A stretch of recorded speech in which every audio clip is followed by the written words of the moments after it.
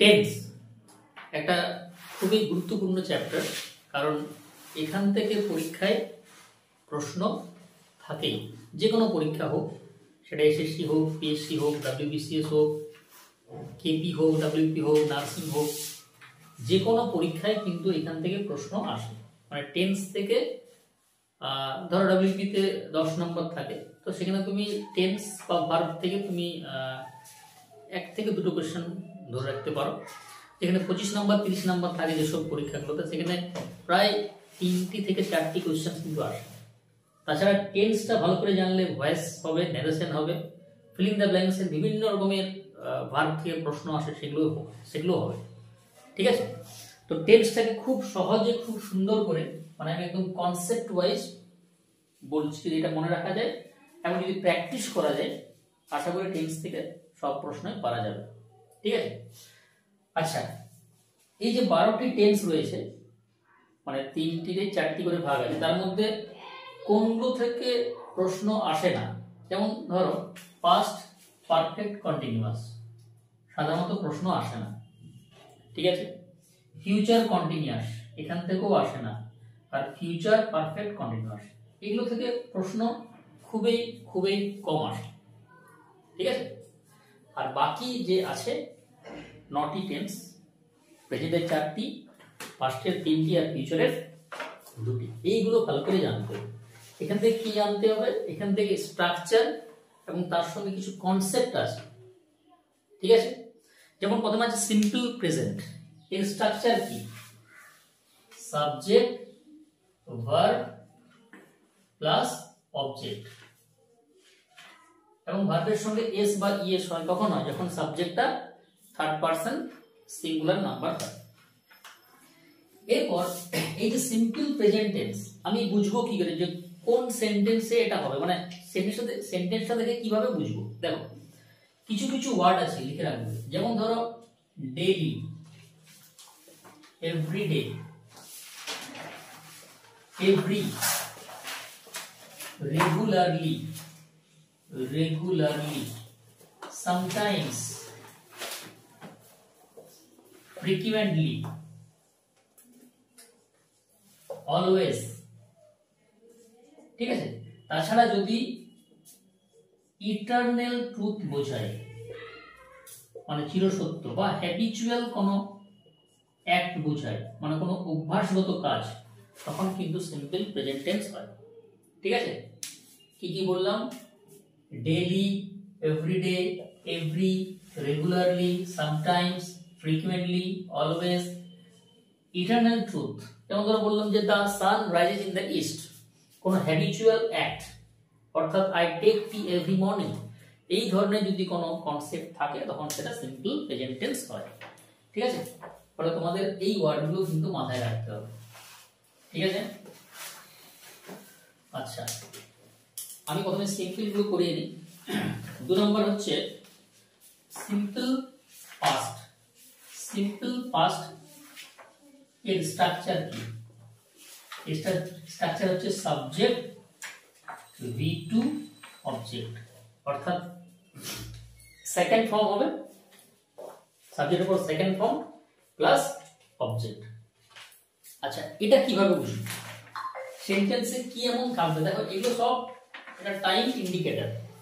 ঠিক আছে, অর্থাৎ সময়কে নির্দেশ করা হচ্ছে, টাইমকে বলা হচ্ছে। দেখো, সিম্পল পাস্ট কি করে বুঝবো? যদি সেন্টেন্সে থাকে ইয়েস্টারডে বা এগো, বা লাস্ট দিয়ে যদি কোনো ওয়ার্ড থাকে, তখন কিন্তু সিম্পল পাস্ট হবে।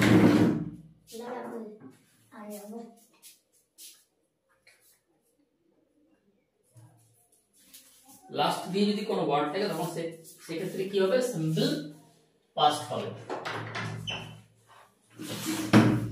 কি বললাম? যদি সেন্টেন্সে ইয়েস্টারডে থাকে, এগো থাকে, ঠিক আছে, বা ধরো লাস্ট দিয়ে কোনো ওয়ার্ড আছে, যেমন ধরো বললাম last Sunday, last month, last year, এরকম যদি থাকে, তখন সেটা কি হয়? সিম্পল পাস্ট হয়।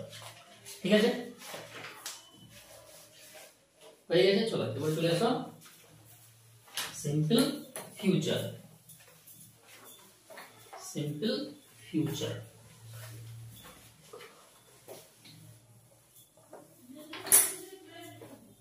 সিম্পল ফিউচার কি করে বুঝবো? তিন হচ্ছে সিম্পল ফিউচার। এর structure subject shall will v1 plus object. ঠিক আছে, I এবং v এর পরে shall, I এবং v এর পরে shall বা will দুটোই বসবে, বাকি যেগুলো আছে সেগুলো কি হবে? will হবে। ঠিক আছে, দেখবে এখানে টুমরো শব্দটা থাকবে বা দেন শব্দটা থাকে বা ফিউচারের কোনো টাইম থাকবে আর কি। হ্যাঁ, ফিউচারের কোনো টাইম থাকবে। ওকে, এবার চলে আসো কন্টিনিউয়াস। সিম্পল তো হয়ে গেল, continuous. Present continuous. Present continuous কিভাবে বুঝবো? আচ্ছা, প্রথমে স্ট্রাকচারটা বলি। Subject plus am is are verb plus ING plus object. ঠিক আছে, যদি সেন্টেন্সে নাও বা রাইট নাও কথাটি থাকে, কি বললাম? নাও বা রাইট নাও, সেক্ষেত্রে প্রেজেন্ট কন্টিনিউয়াস হয়। কিন্তু দেখবে যে কিছু কিছু ভার্ব আছে যেগুলো কন্টিনিউয়াস ফর্মে হয় না। দেখবে ওই বইটিতে সাজানো আছে ওয়ার্ডগুলো। হ্যাঁ, যেমন দেখবে হোপ, আন্ডারস্ট্যান্ড, ওয়ান্ট। দেখবে এটা ওয়ান্ট দিয়ে কোয়েশ্চেন আছে, দেখবে এটা ওয়ান্ট দিয়ে কোয়েশ্চেন আছে উইথ এরর কারেকশন। ঠিক আছে, থিঙ্ক, সি, নোটিশ। ঠিক আছে, নো। এইরকম কিছু ভার্ব আছে যেগুলো কন্টিনিউয়াস ফর্মে হয় না, অর্থাৎ কন্টিনিউয়াস ফর্মে হয় না বলতে কন্টিনিউয়াস টেন্সে হয় না। ঠিক আছে, এটা হয়ে গেল কন্টিনিউয়াস। আচ্ছা, ফিউচার কন্টিনিউয়াস কিন্তু প্রশ্ন আসে না সাধারণত। হ্যাঁ, ফিউচার কন্টিনিউয়াস মানে কি বলতো? যে ভবিষ্যতে কোনো কাজ হতে থাকবে। আমি ভাত খেতে থাকবো, তারা ফুটবল খেলতে থাকবে, এরকম যদি হয় তখন ফিউচার কন্টিনিউয়াস টেন্স হয়। স্ট্রাকচারটা হচ্ছে subject, shall, will, be, then ভার্বের সঙ্গে আইএনজি যোগ হবে। ঠিক আছে, হয়তো মাঝে মাঝে কখনো কোশ্চেন একটা দিয়ে দেয়, আমি লিখে দিই future continuous, future continuous. But এইগুলো থেকে তো আসেই না কোশ্চেন। এই যে পাস্ট পারফেক্ট কন্টিনিউয়াস আর ফিউচার, এটা তো আসেই না একবারে। ঠিক আছে, ফিউচার কন্টিনিউয়াস স্ট্রাকচারটা কি হবে? Subject plus shall, will, be, verb plus ING plus object. আচ্ছা, এরপর চলে আসি পারফেক্ট। প্রেজেন্ট পারফেক্ট খুব ইম্পর্টেন্ট। প্রেজেন্ট পারফেক্ট, এখান থেকে কিন্তু প্রচুর প্রশ্ন আসে। স্ট্রাকচার কি? Subject plus have has v3 plus object. কিভাবে বুঝবো প্রেজেন্ট পারফেক্ট? যদি সেন্টেন্সে তোমার থাকে জাস্ট বা জাস্ট নাও, রিসেন্টলি, ইয়েট, এই শব্দগুলো যদি থাকে সেক্ষেত্রে কি হয়? প্রেজেন্ট পারফেক্ট হয়। এবং যদি সেন্টেন্সে ইয়েট থাকে তখন সেন্টেন্সটা নেগেটিভ হয়। ঠিক আছে, ইয়েট থাকলে কি হয়? নেগেটিভ হয়। আচ্ছা, পাস্ট পারফেক্ট খুব ইম্পর্টেন্ট। মানে একটা কনসেপ্ট রয়েছে, এখান থেকে প্রশ্ন আসে। এটা subject plus had v3 object, একটা v4 বসে, দেন সাবজেক্ট v2 অবজেক্ট। একটা এক্সাম্পল মনে রাখলেই হবে, এটা আমরা সবাই ছোটবেলা থেকে পড়ে আসছি। ডাক্তার আসিবার আগে রোগীটি মারা গেল। The patient had died before the doctor came.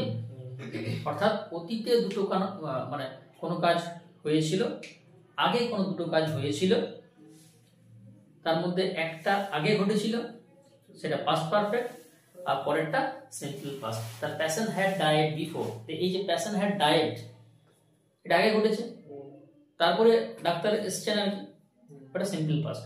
তাহলে যেটা আগে ঘটবে সেটা past perfect, subject had v3, আর পরেরটা সিম্পল পাস্ট। এখান থেকে কিন্তু প্রশ্ন আসে পরীক্ষায়। ঠিক আছে, আচ্ছা, ফিউচার পারফেক্ট থেকে প্রশ্ন আসে। Future perfect. ফিউচার পারফেক্ট মানে কি? অতীতে কোনো একটি সময়ের মধ্যে কোনো কাজ হবে। ফিউচার পারফেক্ট মানে কি? এটা হচ্ছে তোমার ভবিষ্যতে ফিউচার পারফেক্ট। ফিউচার পারফেক্ট অর্থাৎ ভবিষ্যতে কোনো একটি সময়ের মধ্যে কোনো কাজ হয়ে থাকবে বোঝাতে। ঠিক আছে, এর স্ট্রাকচার কি? Subject plus shall will have V3 object. এখানে একটা টেন্স বসে এর সাথে, অনেক সময় before plus subject V1 object. ঠিক আছে, মানে যেমন পাস্ট পারফেক্টের সঙ্গে সিম্পল পাস্ট বসে, তেমনি ফিউচার পারফেক্টের সঙ্গে সিম্পল প্রেজেন্ট টেন্স বসে। ধরো আমি বললাম যে I will have done the work before father comes, অর্থাৎ বাবা আসার আগে আমি কাজটা করে রাখবো।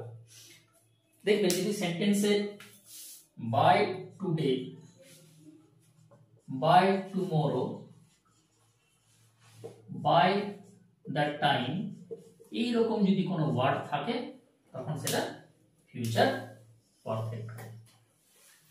দেখো এই যে কনসেপ্ট গুলো আছে এইগুলো তোমাকে খেয়াল রাখতে হবে, মনে রাখতে হবে এবং প্রশ্ন প্র্যাকটিস করতে হবে, রিভিশন করতে হবে। ঠিক আছে, বিভিন্ন রকমের কোয়েশ্চেন, বিভিন্ন পরীক্ষার প্রশ্নপত্র প্র্যাকটিস বা আলোচনা করতে হবে, রিভিশন করতে হবে। কারণ টেন্সটাকে বলা হয় গেম অফ সেন্স।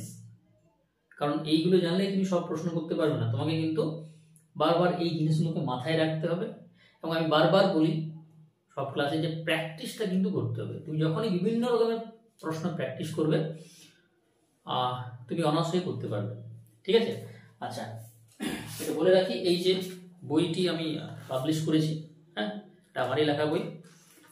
এখানে কিন্তু এই যে সমস্ত গ্রামারের টপিকগুলো এইভাবে সুন্দর করে সাজানো আছে, সঙ্গে ভোকাবো রয়েছে ইম্পর্টেন্ট। এই বইটি কিন্তু WP, KP, group C, SSC, PSC বা নার্সিং এর জন্য কিন্তু হেল্পফুল হবে।